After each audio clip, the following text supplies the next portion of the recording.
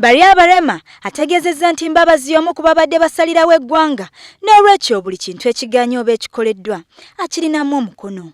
Wano era alabudde abantu abagezaako okutinkiza n'abakulembeze abali mu kiti ekyo nga Mwami Mbabazi kubanga tebalina kye bagenda kwongera ku nkulaakulana yaabwe.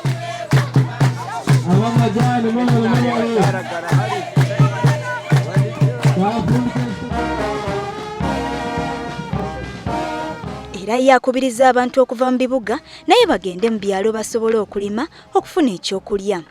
Ye omulimi w'erinnya Mwami Edwin Bekunda ng'ono mulimi w'amajaani yalambuzza abatuuze ne RDC nnimiro z'amajaani n'asaba abantu okumweyunira okubasomesa. Omulimi ono yakola endagaano ne gavumenti okulima amajaani ku ttaka lya gavumenti n'okusomesa abatuuze ennima entuufu.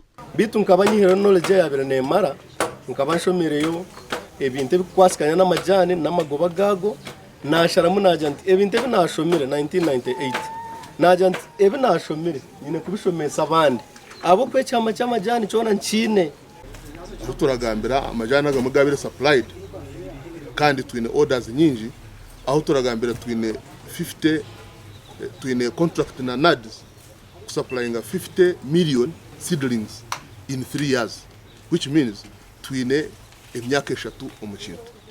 Ono yasomesa abalimi mu kitundu kino okutandika ennimiro ku ttaka lyabwe era ng'agenda kubayamba okubafunira endokwa n'ebirala.